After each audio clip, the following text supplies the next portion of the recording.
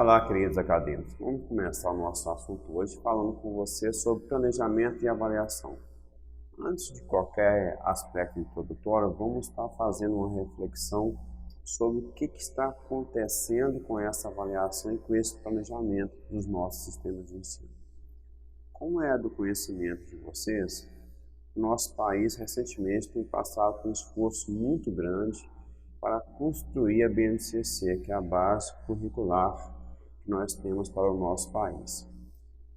Em cima dessa base curricular foram feitas enormes contribuições, foram feitas milhões de contribuições de todos os profissionais envolvidos na área de educação, assim como a sociedade civil organizada e mais demais agentes que deram a sua contribuição para a construção dessa BNCC. Então, a BNCC do ensino fundamental hoje ela está regulamentada, né? Ela está aprovada e nós temos que fazer a análise. Por que tudo isso aconteceu? Obviamente, quando eu falo em avaliação e eu falo também em planejamento, eu tenho que levar em consideração aquilo que está acontecendo com os sistemas de ensino do meu país. E por que está acontecendo essas mudanças? Quais foram os anseios, quais foram as dificuldades que as pessoas tiveram para movimentá-las ou para motivá-las a fazer esse enorme trabalho. O fato é que as nossas escolas hoje, elas não estão conseguindo retratar aquilo que a sociedade demanda em termos de conhecimento para os nossos alunos. Então, daí, nós tivemos uma profunda reflexão sobre aquilo que está sendo ensinado nas escolas. Obviamente, eu estou falando da estrutura curricular e, obviamente, para que haja essa estrutura curricular consolidada e efetiva, é necessário ter um planejamento e ter uma avaliação em cima daquilo que está sendo ensinado.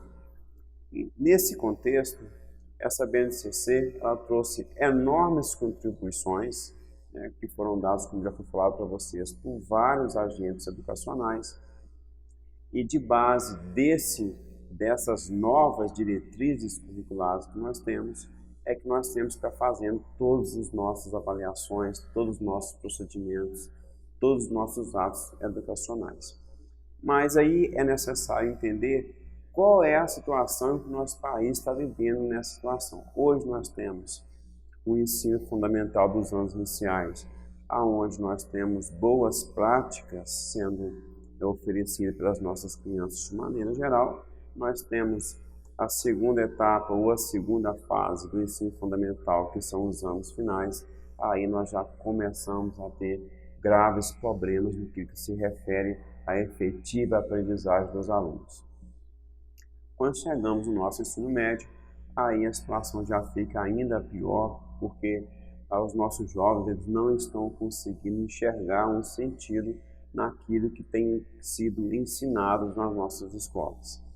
Não estão vendo ali um aspecto prático, prazeroso e eficiente, e acima de tudo, que não tem anexo com a sua realidade. Então, em função disso, é que se tem que se fazer um planejamento, é que se tem que se fazer uma avaliação, e em cima disso tem que fazer uma prática que venha de encontro a essas necessidades para sanar esses problemas que foram levantados na construção dessa nova BNCC. Então, o importante é avaliar, e avaliar com qualidade e avaliar no caminho correto.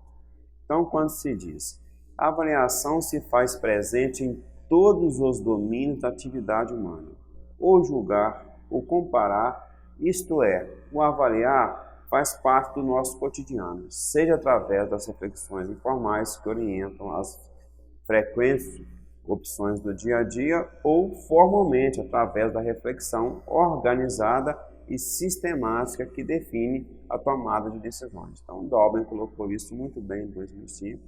Então, vale aqui a gente ressaltar essa questão de tomada de decisão. Aí está aquilo que move, aquilo que é a grande necessidade, que é o grande pulo das pessoas no século XXI. Então, as pessoas hoje elas têm que ter a capacidade de aprender a aprender, ou seja, aprender sempre. E sempre estar buscando essas informações aonde quer que elas estejam. E isso é uma tomada de decisão. Então, vale muito compreender essa questão, essa função que nós temos nas nossas avaliações. Como prática formalmente organizada e sistematizada, a avaliação no contexto escolar realiza-se segundo objetivos escolares implícitos ou explícitos, que por sua vez refletem valores e normas sociais. Então, muito bem, já foi colocado para vocês. Então, as nossas avaliações elas precisam ter uma intencionalidade. É preciso saber claramente aquilo que se busca com aquele instrumento de avaliação. Se nós não tivermos isso claramente planejado e organizado, obviamente a nossa avaliação ela perde a sua validade como instrumento de formação e construção do conhecimento. Sua principal função é subsidiar o professor, a equipe escolar e o próprio sistema no aperfeiçoamento do ensino. Se a avaliação for utilizada com cautela, a mesma fornece informações que possibilitam tomar decisões sobre quais recursos educacionais devem ser organizados quando se quer tornar o ensino mais efetivo ou mais eficiente. Então, é aquilo que a gente está colocando para vocês. Então, temos que ter uma cautela, temos que ter um procedimento, temos que ter um planejamento ao avaliar. E, acima de tudo, todas as pessoas envolvidas nesse processo de avaliação precisam conhecer quais são essas intencionalidades. Então, é muito importante que se discuta com os nossos alunos quais são os objetivos que se quer alcançar com determinada atividade avaliativa. A avaliação é limitada se busca apenas um processo de atribuição de notas. Definir através de nota ou conceito as dificuldades e facilidades do aluno é apenas um recurso simplificado que identifica a posição do aluno em uma escala. Então, esse tipo de mensuração, esse tipo de quantificação de valor, de conceito, em cima de todo um processo de aprendizagem, ele acaba por matar talvez aquilo que é mais importante dentro do processo de ensino e aprendizagem, que é buscar as potencialidades e a criatividade dos nossos alunos. Então, nós temos que tomar esse cuidado. Hoje, necessário para efeito de registro escolar, nós colocamos ali uma nota ou colocamos um conceito. Mas a forma de construir essa nota, ela pode ser diferenciada, ela pode ser ampliada, ela pode ser discutida com todos os agentes envolvidos, para que essa nota seja uma consequência e não uma busca.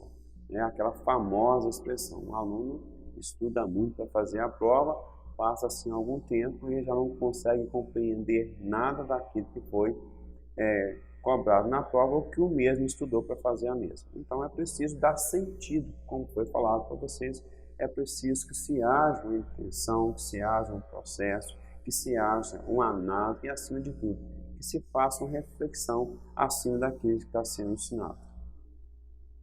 A avaliação escolar é um meio e não um fim em si mesmo. Está delimitada por uma determinada teoria ou por uma determinada prática pedagógica. Então, vamos só reforçar isso aqui.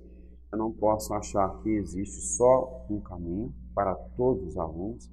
Isso é pensar de forma errônea. A cada aluno que nós temos, ele tem uma vivência diferente, ele possui habilidades e competências em desenvolvimento, em escala diferente de processo de quantificação dessa habilidade. Então, isso tudo precisa ser levado em consideração. Então, a diversidade que nós encontramos dentro do ambiente escolar é algo que tem que ser uma ferramenta a favor de todo o processo. E o professor tem que ser conhecedor dessa realidade aonde esses alunos vivem, a forma que eles estão, como chegam à escola, o aspecto social, aonde vivem, com quem vivem, quais são os costumes que aquela região tem, quais são os pontos que ali esse professor pode estar tendo como convergência para a sua aula dentro desse contexto escolar. Também é muito importante que se faça uma reflexão sistemática de todo esse processo, por parte, obviamente, principalmente do professor. A gente gosta de colocar isso porque no universo de 100% de alunos, acima de 50% ou até menos do que isso, se eu não tenho um resultado que seja satisfatório, eu não posso estar colocando isso que seja o fracasso de 50%, 60%, 70% dos alunos que não aprenderam aquilo que se deveria aprender. Talvez aí o que precisa ser feito é remodelar a metodologia para que esses alunos consigam aprender. E, obviamente, o caminho mais produtivo para que isso ocorra é que esse aluno se torne protagonista da sua atividade escolar. Não podemos perder de vista isso. O professor, essa questão só da exposição, só o professor fala, só o professor determina, só o professor avalia os alunos, isso está errado. Então, se é um processo onde nós temos vários agentes envolvidos, então as avaliações também precisam ser feitas por todos esses agentes envolvidos. Obviamente, isso se dá muito através de uma roda de conversa, através de uma análise reflexiva no final de uma etapa de aprendizagem ou de um bimestre, e assim sucessivamente. E, obviamente, reafirmando para vocês, não podemos colocar como processo de avaliação e nem de planejamento algo que venha tirar a criatividade dos nossos alunos. Então, isso é muito importante, nós temos essa capacidade de fazer essa reflexão e, por que não, ter a humildade de refazer caminhos quando aquilo que foi planejado não deu certo. Então, isso é uma prática corriqueira, o replanejar e buscar novos caminhos dentro dessa questão da avaliação e do planejamento. A prática avaliativa não ocorre no vazio conceitual, mas está dimensionada por um modelo teórico de sociedade, de homem, de educação e, consequentemente, de ensino e de aprendizagem, expresso na teoria e na prática pedagógica. Então, isso é só para a gente consolidar aquilo que nós já colocamos para vocês, e é em cima disso que nós temos que trabalhar.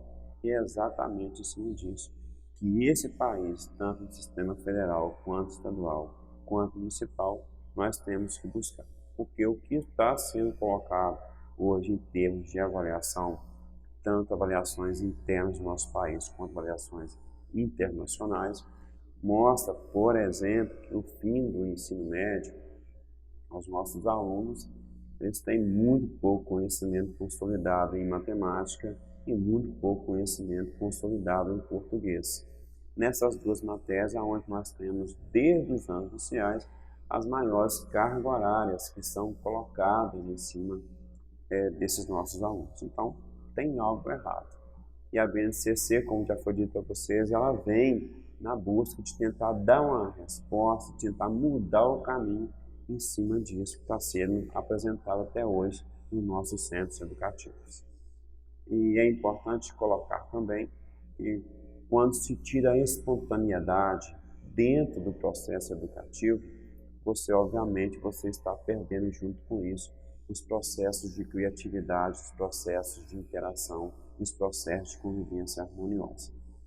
Principalmente falando em matemática, quando a gente coloca esse conhecimento dentro de sala de aula, às vezes o simples ato de você falar uma equação, um postulado, um teorema, já é motivo para que os alunos tenham uma aversão só de ouvir falar.